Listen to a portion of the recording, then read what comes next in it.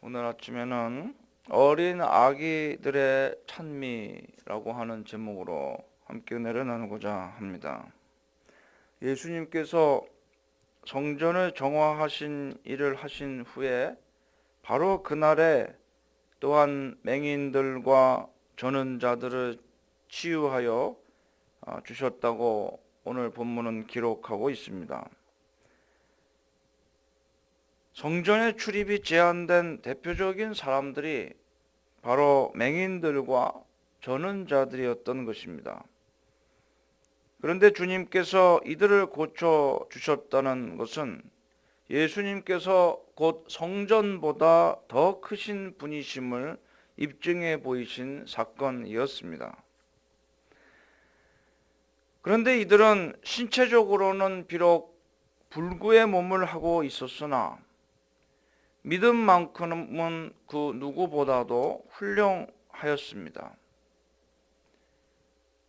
겉으로 볼 때는 성전에 출입이 제한된 부정한 자들로 여겨졌지만은 성전 안에 자유롭게 드나들며 장사를 하고 이익을 추구하고 그것을 허용하며 자신들의 유익을 얻었던 장사꾼들이나 제사장들이나 서기관들보다 이 눈먼 자들, 저는 자들이 훨씬 더 믿음에서는 더 훌륭한 믿음을 가지고 있었다고 하는 것입니다. 주님을 대하는 생각에 있어서는 이 눈먼 자들, 저는 자들이 어떤 건강한 사람보다도 더욱 건전하였다고 할 수가 있는 것입니다. 뿐만 아니라 주님께서 이들 병자들을 고치시는 등 그 하시는 이상한 일들을 다 지켜본 어린 아이들이 성전에서 호산나 다윗의 자손이여 하고 소리를 질렀습니다. 그러자 이 모습을 본 대제사장들과 서기관들이 그 어린이들을 향하여 분노하였던 것입니다. 종교적으로는 대제사장들과 서기관들처럼 성숙한 사람들이 이 당시에는 아무도 없었던 것입니다. 이들 스스로도 또한 백성들도 그들을 이스라엘 백성의 훈도, 즉 스승으로 생각하고 있었습니다. 그러나 주님을 대하는 태도만큼은 이들보다 오히려 어린아이들이 더 성숙합니다. 어린아이들이 호산나 다윗의 자손이여 라고 주님을 찬양하자 왜 아이들이 성전에서 이렇게 시끄럽게 떠드냐고,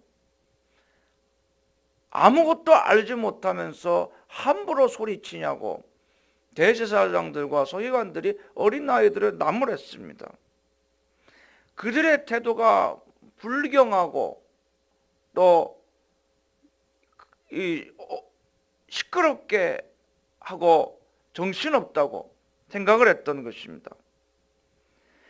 그러나 주님을 바라보는 마음만큼은 이들보다 어린이들이 더 지혜롭고 더 정확하였으며 그 믿음도 더 강했던 것을 볼 수 있습니다. 이처럼 신앙이라고 하는 것은 주님에 대해서 어떻게 생각하고 어떻게 받아들이며 어떤 관계를 생활 속에서 구체적으로 맺으며 살아가고 있는가가 결정짓는 것이지, 그 사람이 소유한 신앙 지식이나 그 사람이 가지고 있는 직책에 의해서 결정되어지는 것은 아닙니다. 누구보다 더 유리한 조건을 갖추었으므로 마땅히 더욱 주님을 향하여 충성스럽고 지혜롭고 올바른 관계를 맺어야 할 대제사장들과 서기관들이었지만은 그런 면에서 오히려 율법 교육을 제대로 하나도 받지 못한 어린 아이들보다 더 못하고 더 미숙하고 부정확하고 비뚤어진 모습을 보여주었던 것입니다.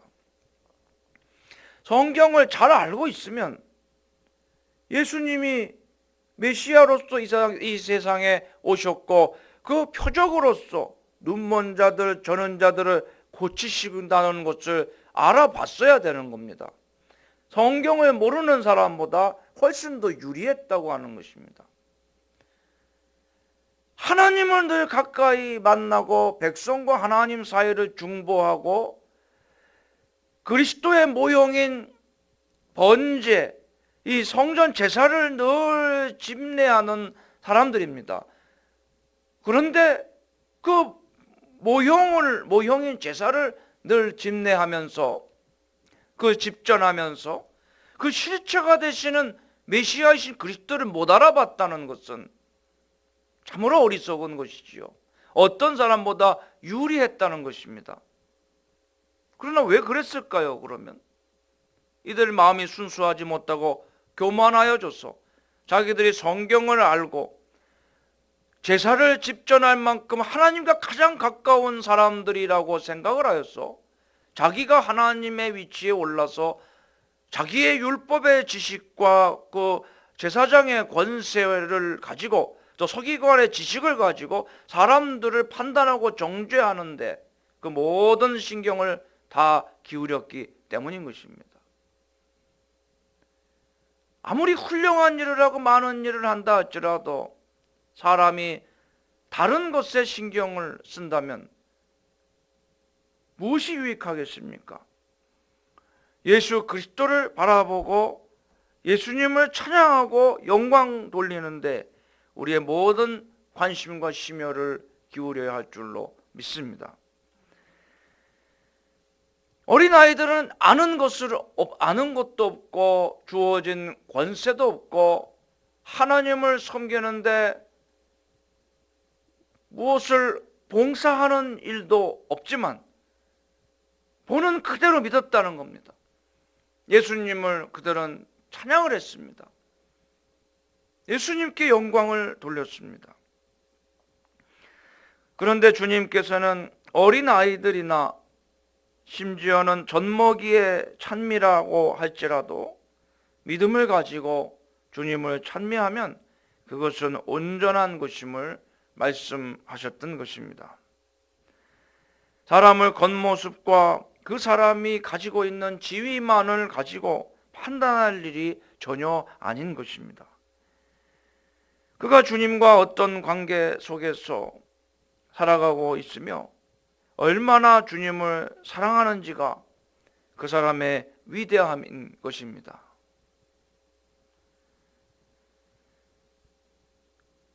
요한 웨슬레는 참 어린아이 같은 성격의 사람이었다고 합니다. 늘 쾌활했습니다. 그리고 전혀 교만하지 않았다고 합니다. 그런데 그의 성격에도 약점이 있었습니다. 성급했습니다. 성급하고 화를 잘 내는 그런 성격이었습니다. 그러나 그는 자신의 그런 성급한 성격과 행동을 엄격하게 통제하였으며 어린아이와 같이 항상 순박하게 생활했습니다. 그 이유는 그것을 그만큼 기도를 했기 때문입니다. 그는 기도를 드리는 것이 자신의 최대 임무라고 생각을 했습니다. 제 자신의 최대의 사명은 전도하는 것도 아니고 선교하는 것도 아니고 설교하는 것도 아니고 기도하는 것이다 라고 생각했습니다. 요한 웨슬레처럼 설교 많이 한 사람이 드뭅니다. 그만큼 많이 전도한 사람이 없습니다. 말을 타고 다니면서 말 위에 앉아서 마상 설교를 25,000번이나 한 사람입니다.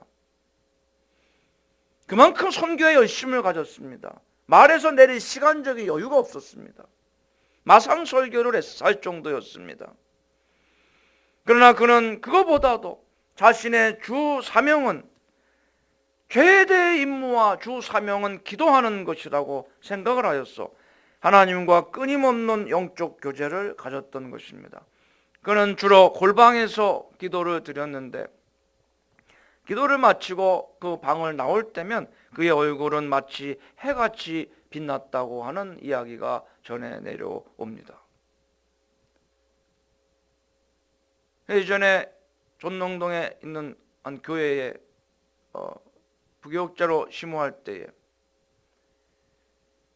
그 얼굴이 좀 험상궂게 생기고 어깨가 쫙 벌어지고 키가 굉장히 큰 장로님이 한 분 계셨어요. 아주 점잖으시고 다른 장로님들은 막 당회하다가 씩씩거리고 화도 내고 그러는데 그분은 한 번도 그런 모습을 본 적이 없습니다. 거의 말씀을 안 하세요. 거의 뭐 이야기하는 것을 못 봤습니다. 그런데 그 교회 여전도사님이 저한테 그런 얘기를 해주시는 거예요. 저분이 원래 아주 그 유명한 조폭이었고 그 가락동 농수산물 시장에서 그 청과물 가게를 하시는 사장님인데 새벽기도 할 때에 이렇게 새벽기도를 하고 그 본당에 기달라고 그래서 본당에 올라가서 기도를 하는데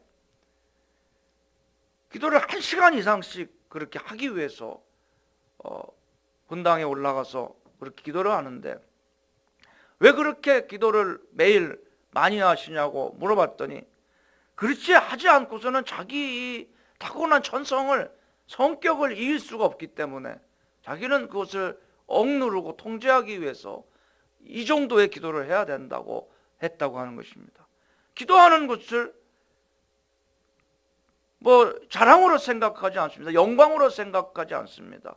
자기가 남보다 이렇게 못나고 부족한 사람이기 때문에 하나님 영광 가리고 실수하지 않기 위해서는 남보다 더 많이 기도해야 된다고 하는 것이요. 마치 학생이 내가 머리가 나쁘기 때문에 남 놀 때 나는 더 많이 공부해야 된다고 하는 성실한 학생처럼 이분은 하나님 앞에서 자기가 이렇게 부족한 사람이기에 다른 사람보다 못났기에 그만큼 더 기도하지 않으면 따라갈 수가 없다고 하는 그런 자세로 겸손하게 날마다 하나님께 꿇어 엎드렸던 것을 보게 됩니다. 기도를 많이 하니까 사람들하고 관계에서 말이 적어지는 것을 보았습니다. 그러므로 오늘 우리는 대제사장들이나 서기관들처럼 남에게 존경받고 인정받고 어른스러운 믿음을 가지려 하지 말고 그것은 믿음의 결과요 외적인 것이니 그런 것을 따라가거나 추구하지 말고 비록 어린아이 아니 젖먹이의 신앙이라고 할지라도 순전한 마음으로 주님을 사랑하며 주님이 행하신 일들을 그대로 믿고 의심하거나 비판하지 않는 순수한 신앙을 가지고자 더욱 힘쓰는 자들이 되어야 하겠습니다.